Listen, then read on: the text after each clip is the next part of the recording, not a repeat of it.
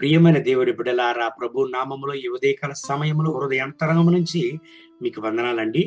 హోషేయ ప్రవక్త గ్రంథం 6వ అధ్యాయం మొదటి వాక్యాన్ని చదువుకుని ఈ రోజు కొరకు మనము ప్రార్థన చేద్దాం.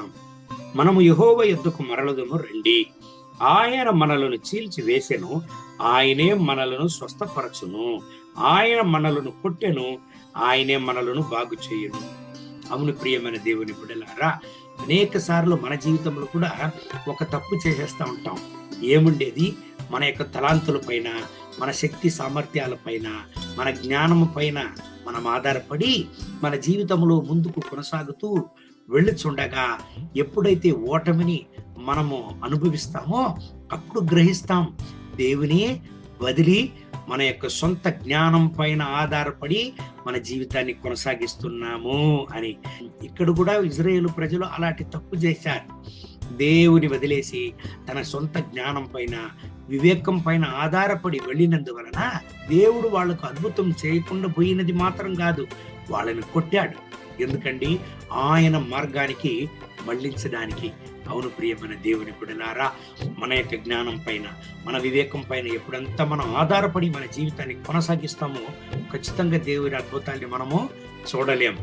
దేవుని బిడ్డలారా, యోహాను రాసిన సువార్త 15వ అధ్యాయాన్ని చదివినట్లయితే ప్రభు అయిన యేసయ్య పలికాడండి, నన్ను వదిలి మీరు ఏమి చేయలేరని.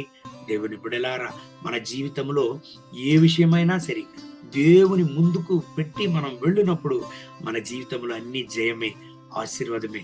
వేద గ్రంథమే చెప్తుంది చూడండి, ప్రభువును నమ్మువాడు, యెహోవాను నమ్మువాడు ఆశీర్వదింపబడినంట.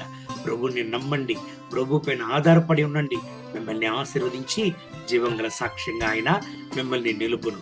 ఈ దేవుని వాగ్దానం ప్రకారం మిమ్మల్ని ఆశీర్వదించి ఈ రోజంతా ఆయన మిమ్మల్ని నడుపును గాక. కళ్ళు మూసి ప్రార్థన చేద్దామండి.